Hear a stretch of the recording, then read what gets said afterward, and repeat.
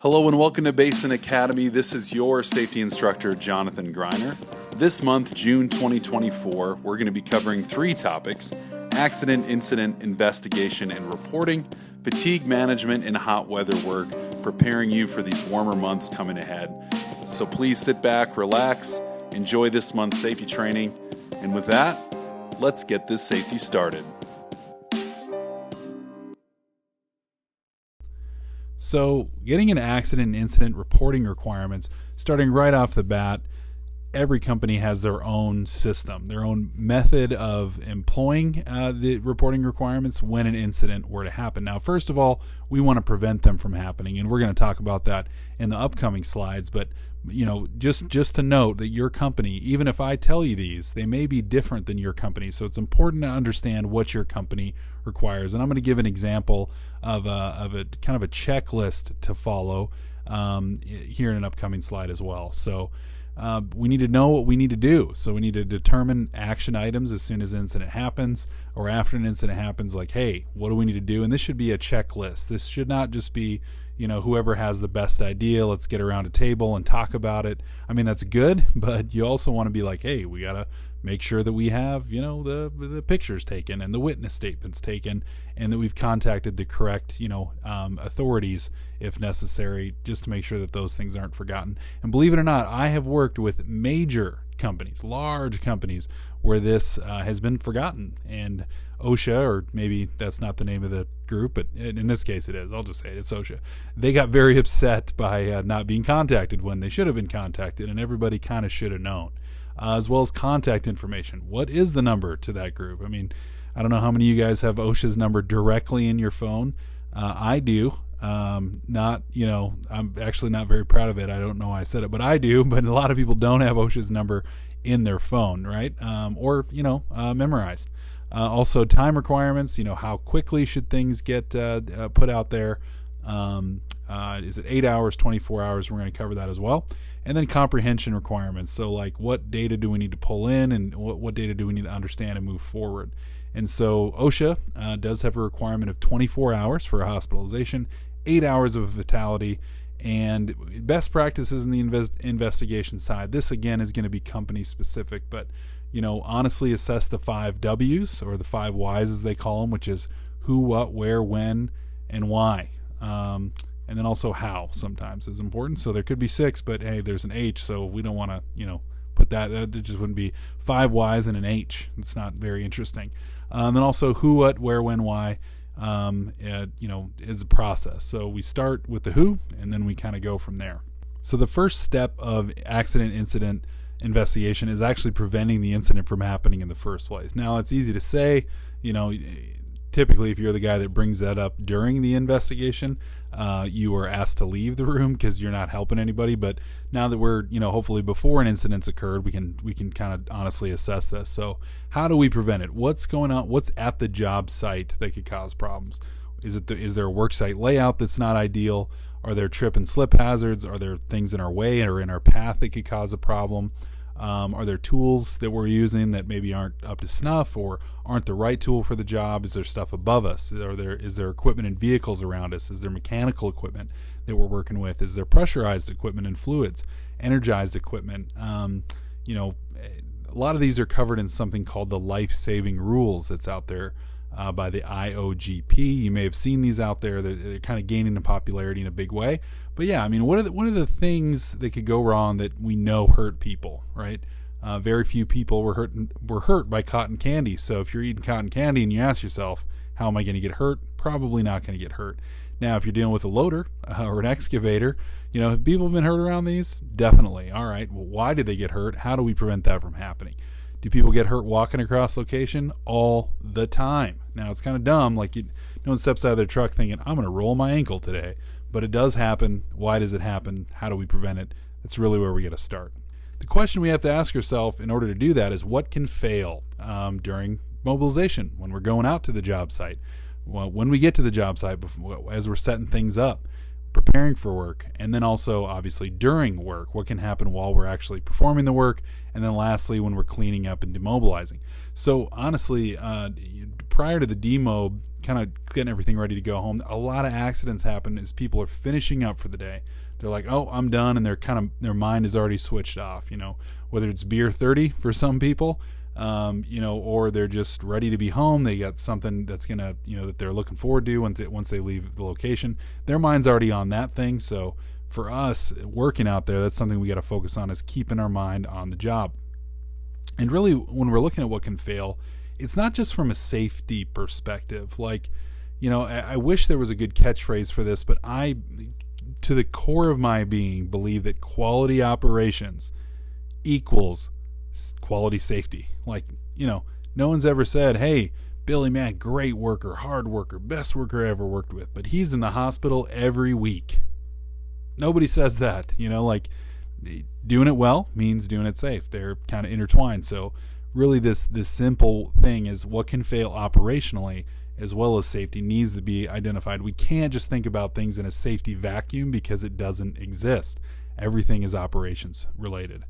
So yes, we got to do our JSA and think about the JSA in terms of what can fail, not just let's write some safety words down that the safety guy will be really impressed with us about if he ever gets, if he ever even looks at this thing, but more so from a perspective of, hey, what's going to go wrong while we're out here doing this job, and how do we prevent it from going on? What's going to extend the length of the job where it should take 30 minutes, but instead it takes us an hour or 2 hours or 5 days?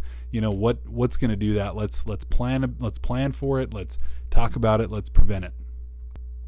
And then if an accident occurs, so now we're getting into, okay, we planned, but our plan didn't happen exactly the way that we discussed it, or something changed and an accident or an incident occurred. What do we do? The first thing we got to do is assess the severity. A lot of people will say call 911. Well, it's like if Billy comes over to me and says, hey, an accident happened, and I'm like, 911, and I'm like, what happened, Billy? And he's like, oh, we dropped your sandwich on the ground.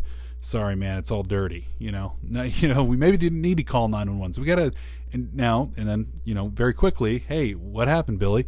John, my name's John, obviously. So John lost his finger. Okay, it's time to call 911, right? Like, all right, that's a 911 situation. Really, he has 10. Maybe not. He's got 9 others. No, just kidding. So definitely, we need to assess the severity, determine what needs to be done. If it is an emergency, if it is an injury of some sort, like, oh, John twisted his finger, right, and it hurts him a little bit. Instead of just calling 911 or sending him straight to the hospital, we need to know if our company has an emergency medical response plan or a medical case management plan, and typically we do. And Extreme MD is a company that does that. There's Axiom. A lot of people are familiar with that.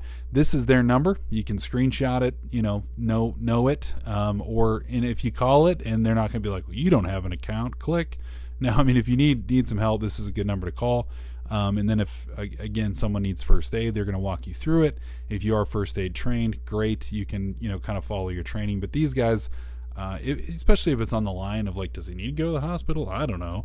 I've been in a situation where there was a supervisor in charge and somebody had actually passed away, and they were wondering about whether or not they should call 911 because they didn't know if he was unconscious or if he'd actually passed away. So just a quick epitaph here. If you're wondering if you should call 911, the answer is yes, you should call 911. If that's ever a quandary in your mind, the answer is yep, call it. Worst case, you can call it. Now, again, if it's for dropping a sandwich, you might get in some trouble. But if it's, we thought a guy was hurt worse than he was, you're not going to get in trouble for that. It's better to have them coming than not have them coming. So some other things about, again, getting away from injuries now, but property damage. There's kind of a minor, this goes the same thing with injury, and we'll go into this in a minute, minor to major. Then we have serious and catastrophic. So, minor is going to be minimal damage to equipment, like think a dent in a fender, right? A major is like, hey, we dropped that truck down in the ravine over there and it is done, right? Or we dropped something onto the truck, or the crane dropped something and it broke and that was $1 million. We're talking major, major to catastrophic, depending on what it is. Serious, we have a fire, explosion, or, something that's going to cause injury if we don't fix it. And catastrophic would obviously be an event that actually there is a number, believe it or not, and typically it's right there around that $500,000 mark. With inflation, that was like $100 last year, so maybe that number is going to change, but typically 500,000 is the number. Same thing with loss of well control, loss of control of equipment. things of that nature would be in the catastrophic category. So injuries, we have first aid, minor, non-recordable, serious, potentially recordable, and major, which is definitely going to be recordable. First aid is just like what it sounds like. You have a first aid kit, it can solve the problem that exists, right? Minor, non-recordable, that can be something like, man, I tweaked my back, I can't really work right now. Maybe it's a previous injury, maybe it's, just takes some ice and he's good to go. Maybe he needs a night, of rest, that may be in the non-recordable. Serious, it's a little bit difficult to create scenarios because injuries are so vastly different and why they have the injury. If it's a seizure from a previous thing, it could be a lot of stuff going. They forgot to take their meds. I mean, there could be a lot of reasons that somebody gets sick or hurt at work. So stitches, broken teeth, broken bones, work restrictions apply. Those would all be recordable incidents. And then major is a hospitalization or work restrictions, etc. So with that, and then the catastrophic in this case is obviously a fatality. So again, it's good to have a plan. It's good to have like a step-by-step thing that you need to do. It's good to have some reminders there, like about rescue requirements, muster point requirements, leaving the incident scene alone, things of that nature. So for that, we do have these cards that we make. We actually have them out there for a lot of customers as well as ourselves. Hey, this is a quick response card to know what to do in the event of an emergency. If you guys want some, let me know and we can give you some.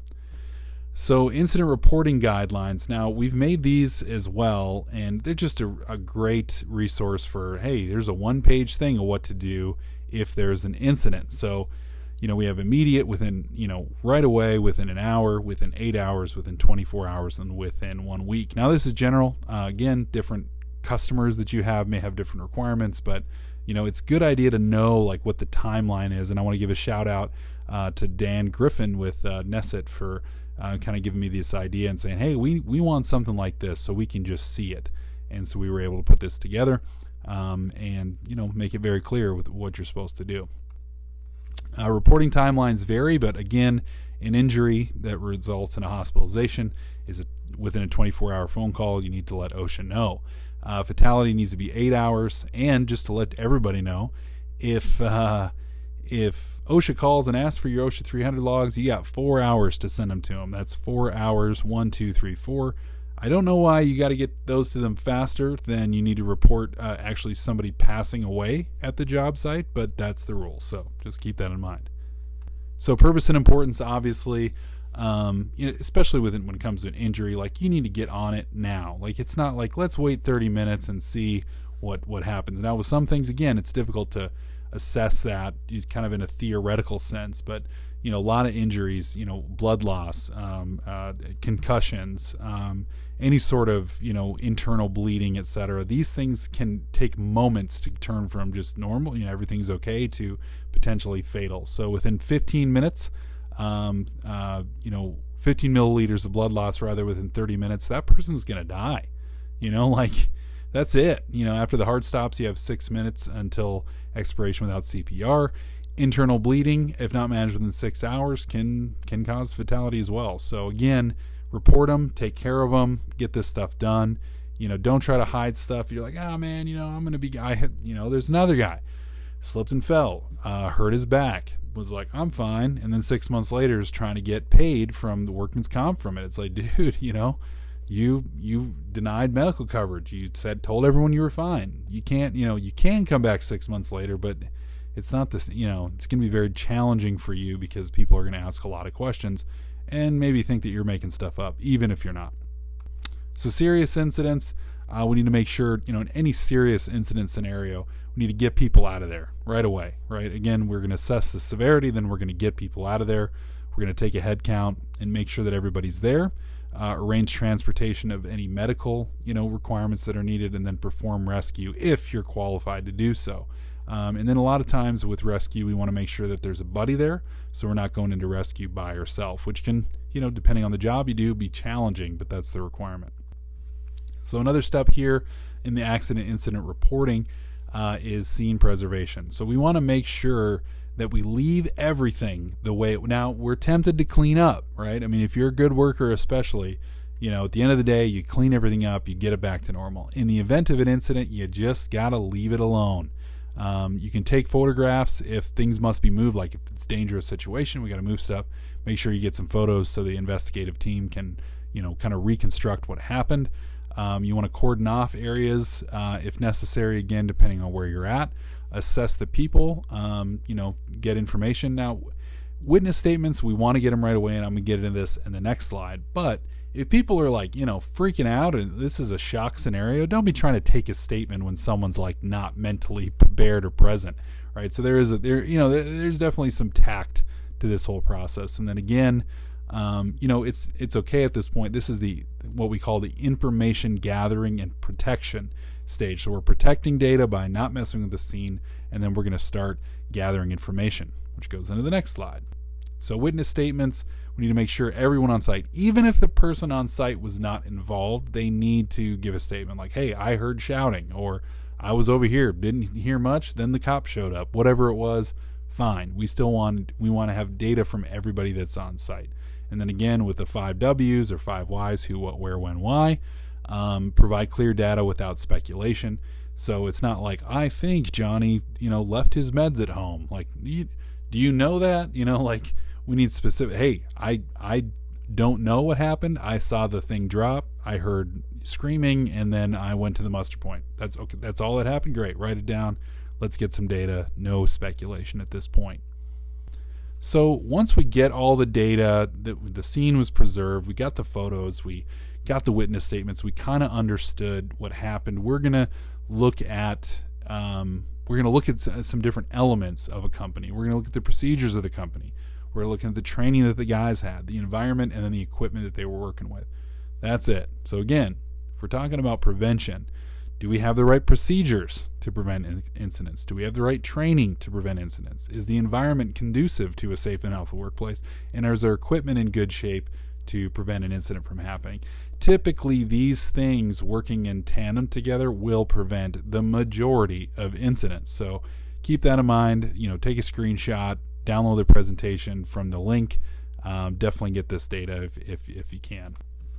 So elements of an investigation, we have again all these different elements, and then the last one is historical precedents. Again, looking at our equipment, is it cotton candy or is it a loader, right? If it's a loader, I'll tell you now, if you don't know, loaders kill people every year, typically by backing over them without a backup alarm at nighttime. So, but not always. Sometimes it's broad daylight and they just run straight forward over a guy, right? Loaders are heavy and unforgiving pieces of equipment. So yes, if we're using a loader, especially if you use one every day, it can be like, oh, I'm just hopping in the loader. Like, I'm hopping in a golf cart. It's not the same thing. We need to take those special precautions and recognize that this is a dangerous. Now, I know golf cart. Now, someone out there is thinking, oh, golf carts kill people too, which is true. So next time you're out on the links with your buddies, keep that in mind as well. But yes, we want to know, is this equipment or these tasks that we're doing dangerous, and what can we do to prevent that danger from becoming something we have to deal with?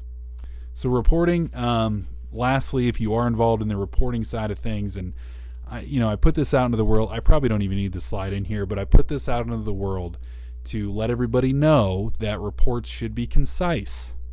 They should not be overly wordy, as I can be sometimes in these trainings if you've been taking them for a long time. They should be thorough at the same time, meaning all elements are covered. We're going to clarify the 5 W's. Not like that because you'd kind of sound unprofessional, but essentially include them into the report. Assign corrective action items, and then avoid assigning blame. Now, typically, right, like let's say Billy shot a gun off at work, which has happened. I've heard of it happen. Believe it or not, I've seen it on an episode of The Office, but then I've heard of instances where it actually happens. Hard not to assign blame there. Where Billy and if your name's Billy, I'm sorry, I actually got in trouble a couple weeks ago using this name in a training, but Billy, he got offended. But Billy brought a gun to work and shot it at the job site. Okay, well, yep, that's on Billy, right? We're assigning some blame. Not necessarily. It may be a little bit deeper, but essentially the goal is not to tell Billy he's an idiot. The goal is to find out, why did Billy bring the gun to work, and are there other people that are about to do the same thing because of the Now that one's pretty out there. I probably killed my analogy there, but essentially, why did this happen? Let's figure out why and how. Again, the most important thing after an incident happens is the lessons you learn from them and understanding how to prevent it from happening again. And that's all we have for incident and accident reporting and investigation for today. Thank you. Now we're going to get into fatigue management. We want people to be at their best, and the way to do that is to make sure that they get some rest. So the reason we're going through this is purpose. The purpose is very clear: to make sure that people aren't fatigued at work, because fatigue can cause significant impacts to health and safety. So we want to this training. A lot of you are required to take it. It is not the most black and white training when it comes to clear line, because what's fatigue for one person and fatigue for someone else may not be the same thing. But the reason they designed this is actually because of the previous topic that we covered, accident and incident investigation and reporting, is that when they look into incidents and why they happened, oftentimes, well, and more recently less so, but fatigue's overlooked, right? Why did the guy do the thing? Because he was tired. He wasn't thinking straight. And if any of you have been on long road trips or worked 24 hours, 36 hours, 48 hours, you're not at 100 at the end of a 48-hour shift. You're not. It doesn't matter if you are extremely talented at your job. After 48 hours, you're going to be kind of a waste of a human. And so we want to understand that, the impact that it has, and make sure, again, that we prevent fatigue from becoming an issue and potentially an action item or a root cause of a serious incident that's occurred. So what is fatigue? There's this great definition. I love this about safety. There's actually a Polish dictionary, and you may appreciate this if you're Polish.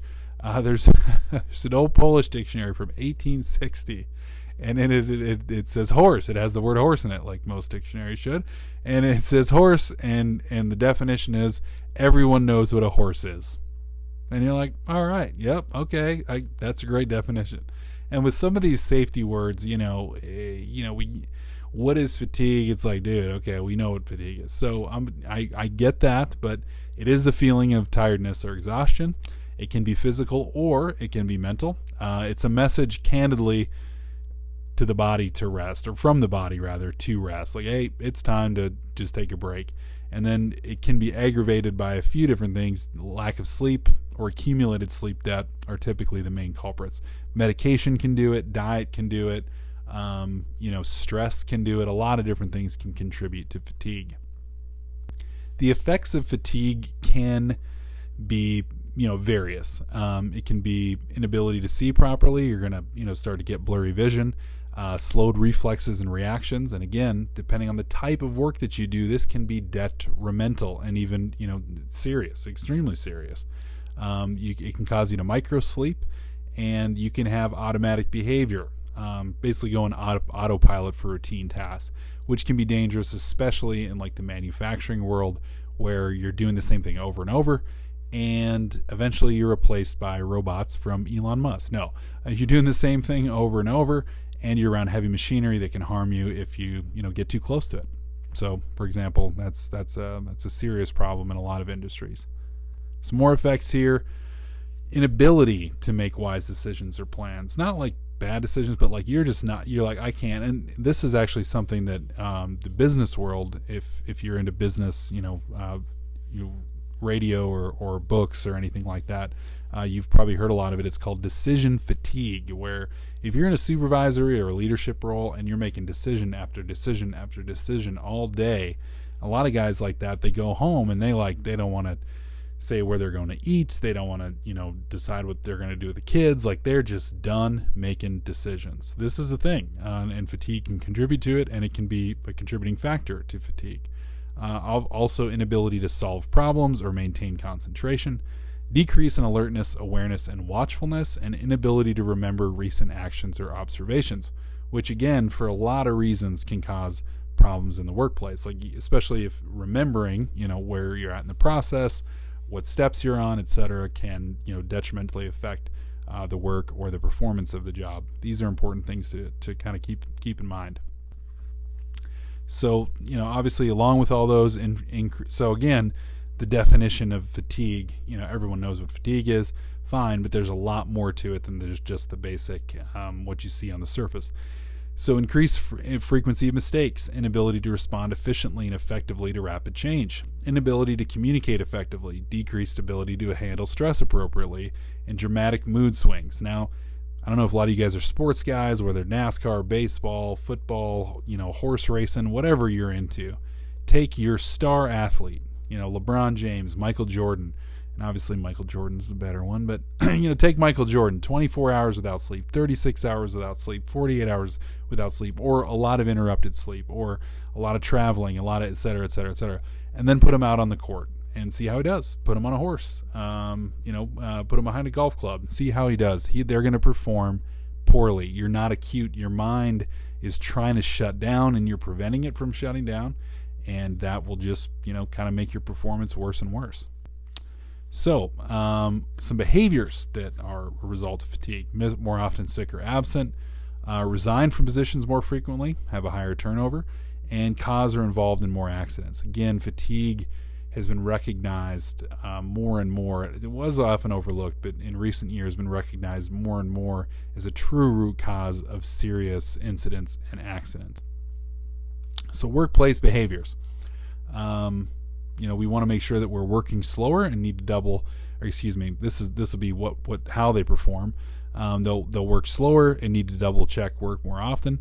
They'll rely heavily on coworkers and then avoid complex and difficult tasks. Now, I've worked with a lot of people where I'm thinking right now, man, maybe they were just fatigued. I just thought they were lazy, but maybe they were just fatigued. Now, I say that a little bit tongue-in-cheek because, going up to somebody that you work with and being like, hey man, I'm a victim of fatigue, I need to rest, and I'm going to go take a nap in the truck while you guys all finish this job. That's probably not going to go over super swell. But what if it's the truth, right? What if a person really is slow reaction time, not making good decisions, seeing blurry vision? I mean, that may be the reality, but nobody, typically, I don't know of anyone who's done it that blatantly, but no one typically is going to just come out and say that and then go take a nap in the truck. So it's a little bit, again, this is a little bit hard one to slice because the difference between the two, I think everybody's kind of generally looking for everyone to be lazy. We've all worked with people that don't pull their own weight and kind of look harder for reasons not to work than actually just doing the work. So it can be difficult to really line out exactly why somebody isn't doing their job. And typically fatigue isn't the first thing that we think, but it can have an effect, and that's scientific fact.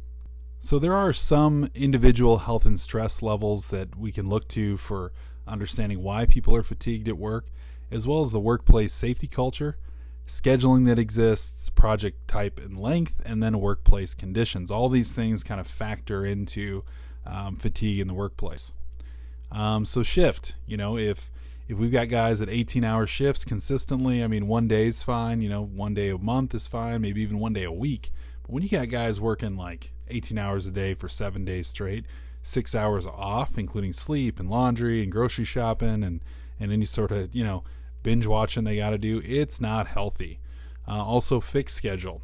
This is something obviously a lot of companies have moved to where guys have 12 hours on, 12 hours off. Same thing with shift rotation, having days off.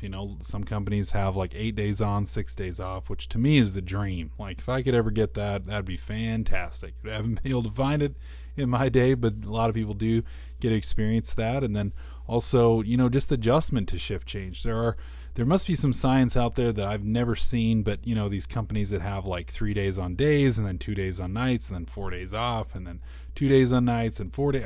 I've never been able to understand that, but even adjusting to that can create or cause fatigue to happen.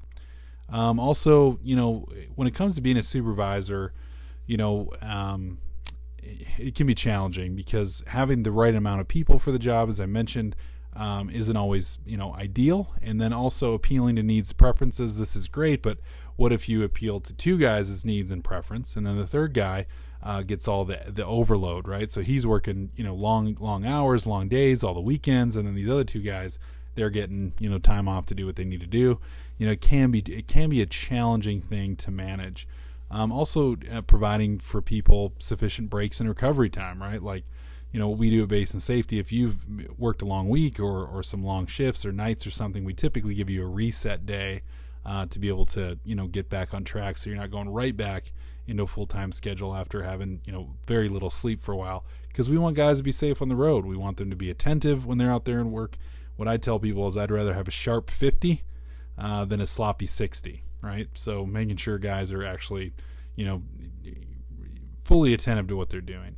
The other thing we have to take into account in North Dakota, and operators aren't always great at this, is travel time, right? If we got to go 2 hours out of the way to a site and then 2 hours back home, but we're not counting that part of the day, so we're like, oh, it's only a 14-hour workday. Yeah, but with 4 hours of travel, it's 18 hours. That can also have an impact on people's fatigue. And then time zone changes, bringing guys from Montana to North Dakota, which is typically a little bit harder than North Dakota to Montana. Just because you're waking up an hour earlier to get where you need to get to, plus the travel time. So all those things factor in. So we, as supervisors and as leaders and as schedulers, we need to really make sure that we're taking those things into account if we want to have productive, effective, and sharp workers out there in the field. So project type and length is another one. Making sure guys have enough time off at least every week, if you're not thinking about it on a daily basis, to take care of things that they need to do. And it depends on the type of work too, right? Like if their job is sitting in the truck waiting for something to happen, maybe not so bad. If they're, hammering it the whole time, busting butt, turning wrenches, breaking down pipes, building stuff, welding, etc., that's gonna have a different impact and toll on them. Workplace conditions. And the weather can be a part of this, as well as just site configuration, efficiency and planning, right? Like if you have to walk back to the truck every 10 minutes to get tools and bring them back, and it's just this nonstop back and forth, that can create unnecessary inefficiencies that kind of contribute to fatigue. So making sure that we have a good plan. Again, the home environmental factors and homesickness, we've definitely dealt with this with our workers that we brought in from out of state, especially when they're younger, never been away from home. This does have an impact on individuals' work performance. Workplace conditions, ergonomics, we can work with ergonomic chairs. For me, I need the heated seats in the wintertime to be comfortable in the field. I'm just joking, but it is nice to have. And then caffeine and energy drinks. I'm a coffee guy, I'm not going to lie, but I do recognize that there's kind of some diminishing returns at some point, especially if you're using caffeine to overwhelm the senses and trick your body into thinking it has more energy than it does. Same thing goes for energy drinks, right? You need to make sure that coffee is a nice to have and not a need to have in order to stay productive, because typically you're not as productive as you think you are. And also, having workplace environments and scheduling that promote alertness. Again, designing of the workplace, designing of the job, designing of the plan to make sure that we're efficient, and then obviously avoiding or limiting the undesirable environmental conditions that we see out there. Health and stress, medications are a big one. I mentioned this before. There's certain medications, they just sap your will to live. And they can affect your ability to stay alert. Medical treatments, sleep disorders, we definitely ran into that over the years. Individuals, health conditions and illnesses, long-term diabetes or hypertension, and then short-term things like cold and allergies. All these things need to be taken into account. And again, a lot of people like to push themselves. They don't want to be seen as lazy, and there is something to that, right? If you're the guy that's like 3 o'clock, like, hey guys, I'm tired, and you say that every day, you're probably not going to have a great relationship with your coworkers. And if you are that person, you have to recognize that you not pulling your weight definitely will have a negative impact, not only in your relationships with your coworkers, but also the workload that they have to take on, which just exacerbates the problem. But at the same time, if you're in a legitimate place where you recognize that your level of fatigue is not up to snuff and you're not fully alert or doing your job effectively, you do need to tell somebody, right? But then probably the most impactful thing I can say in this whole presentation, and we're near the end of this one, is fix it. If you're not getting enough sleep, go to a sleep study. If your medication's making you tired, switch it up. Like, do what you have to do to get yourself right. A lot of people just live in this status of kind of long-term problematic realities, and I cannot stress enough, get it fixed, get it looked at, get it worked on. One of the other things in addition to getting it fixed is stress. Like, some people are stressed, they got stress out of work, they got family stuff, they have, fix it. Yeah, not every problem can be fixed, and I want to make room for that, but also I want to say, hey, if there's some stuff in your life that's really affecting you outside of work, you need to fix it, because it doesn't matter what job you have, it's going to limit your potential and limit your effectiveness. So that can be physical health, mental health, emotional health rather, and then also, these are related to issues at work and home. Relationships are typically the main cause and factor. Again, I just encourage, you need counseling, go get counseling. A buddy who needs counseling, is having a lot of issues, be real with him about it. And kind of going a little bit deep here, but the fatigue management one does go deep, candidly, is we need to make sure that we're people that are working on these issues and getting them resolved quickly, so that it's not this long-term thing. And I've seen it drag people down for decades in their career, where they just don't get the stuff fixed. And every job, they get a new job, and it's good for a while, and then it falls apart. So they go get another job, and it's good for a while, and then it falls apart. And these underlying issues don't magically go away. They have to be dealt with. So some symptoms of health and stress: if you have chest pains, headaches, indigestion, substance abuse is obviously one of them. Weight changes, mental health issues, sleep disorders, all these are a sign of health and stress out there, so kind of keep that in mind. Safety culture is another one. Don't penalize workers who need rest due to fatigue. And again, this is tough, right? Because it'd be easy to say, man, it's noon o'clock, I'm fatigued, I need to take the rest of the day off, and then they're out golfing, right? So that would be, it's tough. Versus somebody's like, man, I just worked 318s or 324s. Like, I need to get some rest. You kind of, as a supervisor, need to kind of assess that and not always lean into this person is lazy and trying to take advantage. Workers must be encouraged to report fatigue and be honest about it. You definitely want to make sure that, as a supervisor, you're doing what you can to prevent that from happening. We do not want to reward productivity over safety and health.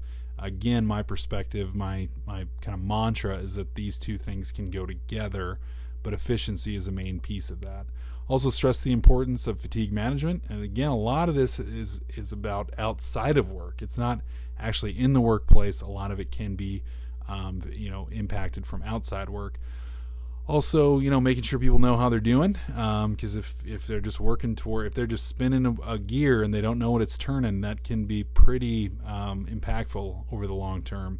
And then again, incentive programs should not promote behaviors contributing to fatigue. Like, this guy worked 120 hours last week, he's the best. Sometimes that's necessary, but if that's the constant, then it's going to create a scenario where people feel like they have to kill themselves in order to be successful. That may work for the short term, but it definitely will not make you successful in the long term. All right, now we're going to be covering hot weather work and heat illness prevention. So both working in hot weather as well as working with heat creating element in work that can potentially cause serious injury or harm to an employee. So heat stroke is kind of the more serious one, and the one that we really want to watch out for. So here's some infographic elements that kind of talk about this. I'm going to focus on the prevention first. So alcohol is really bad in heat situations unless it's, there's a lot of water. So if you're drinking a lot on a Sunday and you have to go to work on Monday outside, it's definitely going to create the recipe for some heat-related illnesses. Thick clothing can be challenging, so make sure you get that good light FR. It does change in rating as you go lighter, but sometimes that's going to be vital, especially in the summertime.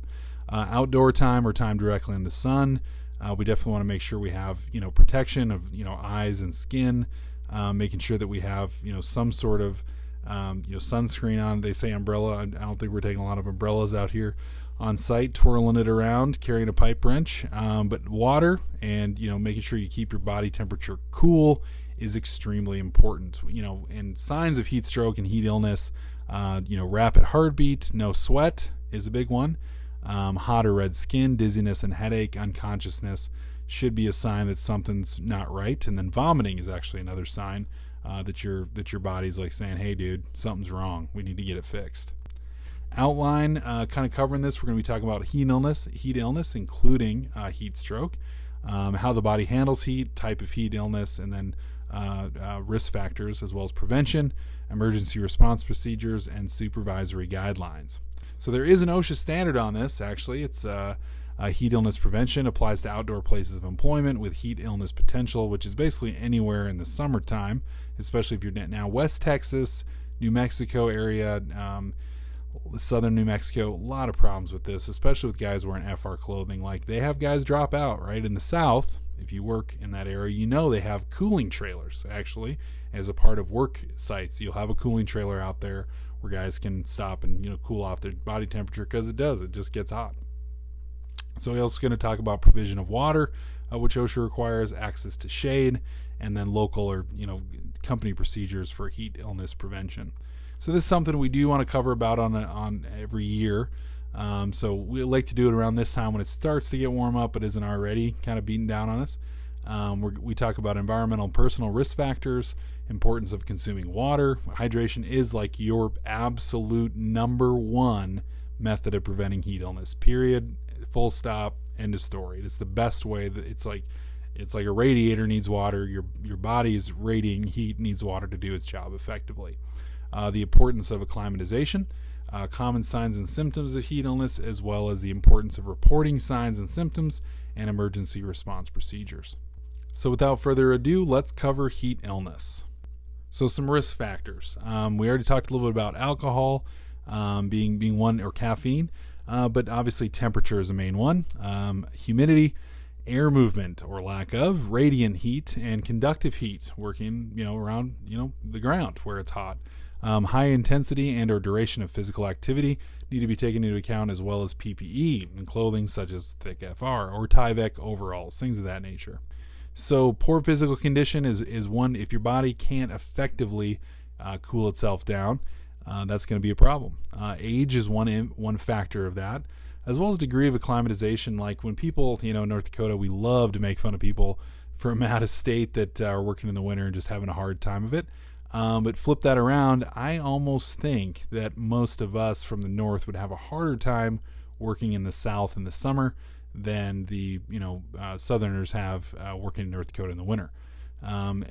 Candidly, maybe it's equal. It just, if you're not used to a certain weather, it is terrible, especially if you're working hard in that different weather to be able to acclimatize to it. Water consumption, again, the number one most important item in this whole thing. Some medications prevent the body from cooling down, so kind of keep that in mind. Alcohol, drugs, and caffeine. And then also, if you have an issue, you definitely want to take that into consideration before taking a job where you have to work outdoors a lot of the time. So the body wants to maintain that 98 or so degrees all the time. But as that temperature rises, there's this tipping point where the body can no longer cool itself. Just on the opposite, with hypothermia, it's the same, where it gets past a certain temperature on the low side where it cannot heat itself back up. And the way that it obviously cools itself down is it releases sweat onto the surface and increases blood flow to skin surface, which is where the heat is in. It's in the water, right? It's in the blood. And so it pushes that to the surface as well as the sweat, and that cools you down because, it's towards the outside of the body instead of inside the body. So excessive loss of water, salt through sweat, will prevent the body's ability to cool itself down. As I mentioned before, headaches, dizziness, weakness, and moist skin, muscle cramps, mood changes, irritability or confusion, upset stomach or vomiting, all in unconsciousness, are all signs that there's something, not working right with the body, and you need to take some quick action before heat exhaustion becomes something more serious, known as heat stroke. So this is the total breakdown of the body's cooling system. Sweating completely stops. The skin is hot, red, and dry. You're going to have some mental confusion. Consciousness is going to fade in and out. You're going to see some, blurry vision, etc. Fainting, seizures, or convulsions. In any of these cases, it's a fast 911 call. There is nothing you can do for that person at this point besides getting them to medical care. that's going to have an effective long-term effect. Like putting them in AC ain't going to cut it. Once this point has been reached, it's like fluids and IVs and like serious intervention to truly care for that person. So in the emergency response situation, again, that's 911. While waiting for help, we are going to move them to a cool area. We're not just going to be like, well, not a lot we can do for them. We'll just leave them out here in the baking sun. No, we still want to get them to a cool area. We want to give them a small amount of water, because overdoing it, now its body's going to be focused on processing that water, not cooling itself down. That's not great. We want to loosen and remove clothing. So yeah, maybe get the person naked. Again, probably not. HR is probably not going to be in love with you, but you may have saved a life. Fan and mist the person with water. And what we don't want to do is freeze the person, right? We don't want to throw them in an ice bath, but you do want to give them a cool towel to their head. Again, what you're doing is essentially you're taking work away from the body from having to do it for itself. So, or ice wrapped in a towel to head and ice pack to armpits. Those are the areas where the body wants to radiate heat the fastest, and if it's cool on the skin, it's going to allow that to do its job a little bit faster. So we don't want to leave them alone without going to the hospital. If they're like, man, I just had heat stroke, can I go home? Nope, you got to go to the hospital first. So again, just like anything, accident or incident related to health or physical safety or anything, we want to prevent it first. And as I mentioned before, access to water and hydration is the number one. You'll see these urination, dehydration charts around, sometimes like too much, right? Like you go into a bathroom, it's like everywhere you turn, it's like above the urinal and by the sink and, underneath the paper towel rack and just everywhere. But it's good to be reminded that, yes, we do need to make sure that we're hydrated, and the color of the urine is a sign of that. So we want to make sure we're in that clear color range and not in the dark brown color range. So if you're seeing that consistently, you're definitely showing signs of dehydration. And so we definitely want to make sure that, when it's hotter outside, we're talking about 4 cups or 32 ounces per hour. Now we're talking a gallon or more of water that day while you're out there working, and that's a lot. But candidly, that's my goal in the summertime. Like I have a gallon jug of water, and my goal is to finish that thing that day. It takes a little bit of getting used to and building up. It's like if you try to do it on the first day, it's going to be tough. But as you kind of build towards it, and I'm kind of like a liter at a time. I just do a liter, do 3 or 4 of those throughout the day, and you're good to go. And that's kind of the recommended volume of water in warmer temperatures. Shade is also important, right? Getting out of the sun. That's vital. It doesn't have to be, anything fancy. It can be a tent out there. Those little pop-up tents are pretty good. Like not a tent that you sleep in, but more like the event tent type thing. Just a place where you can sit and have shade. Good idea to have some fan and some mists going on if you can. I mean, maybe throw a little lavender in there. No, I'm just joking.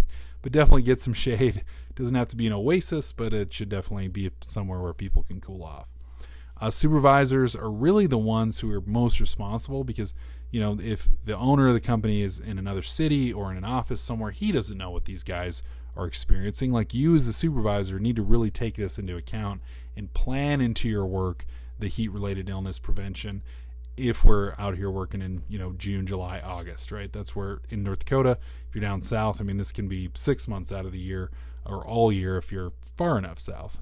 These are things that we need to take into consideration. So work planning, again, is the big thing. Like, what are the weather forecasts?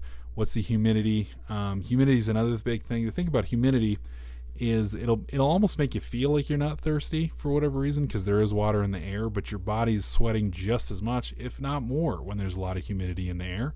So you need to make sure you're replenishing that. And so when that happens, we need to schedule breaks more often, right? We can't be working 6 hours straight when it's 90 degrees outside with a lot of humidity. It's not going to work, right? Like, you need to take more frequent breaks. Maybe it's once an hour and a half. And really, that depends on the team that you're working with. Different, again, age levels, physical conditions, etc., are going to change that. So talk to your guys, just keep an open dialogue about it and plan around it. Again, acclimatization is a big deal. Usually takes about 4 to 14 days to effectively acclimatize, and that's physically, but mentally it can take longer, and we need to make sure that we kind of keep that into consideration.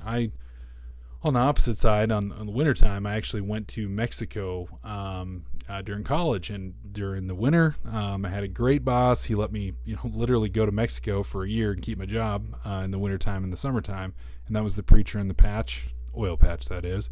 So I was out there in the wintertime working for him on Christmas break. And man, I did not do well coming back, because I'd basically missed winter. I went in the fall and didn't come back till Christmas. And I had a rough time. I mean, it was like the worst winter that I can remember experiencing. And it takes a little bit of time, but I went out there like normal, like, hey man, it's 40, shoot, throw on a hoodie and good to go. But my body was like, nope, not good to go. And so you need to kind of keep that in mind.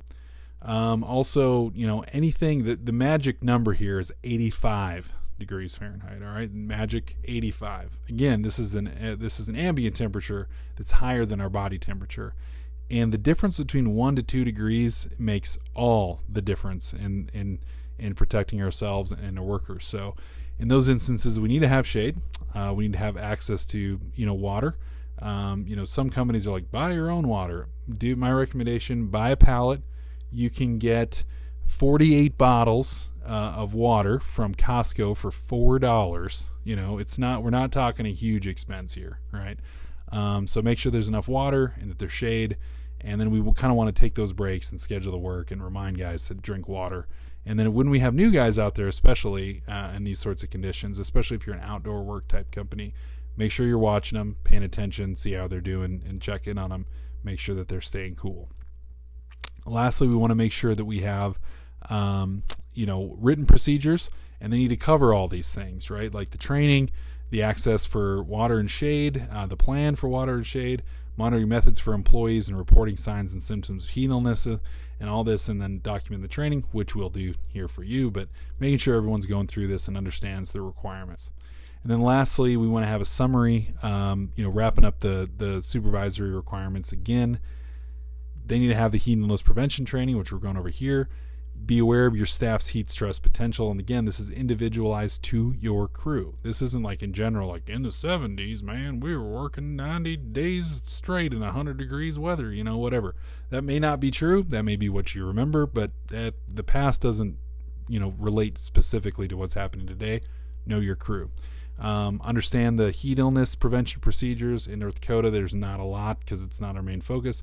We're a lot more heavy in the cold weather one because that's more common for us, but still need to take this into consideration. Provide access to water and shade. Plan and manage work activities according to reducing that risk, and then be able to recognize any warning signs of heat illness, and then promptly respond to symptoms of heat illness right away. If once again someone's like throwing up, passing out, that's a 911 call. Straight up, no questions asked. All right, well, that about wraps it up for this month's training. Thank you very much for being a part of Basin Safety's training team. If you have any comments or feedback, please feel free to email me, comment on the YouTube video. You can click through. I really appreciate you tuning in. And as always, stay safe, and I'll see you next time.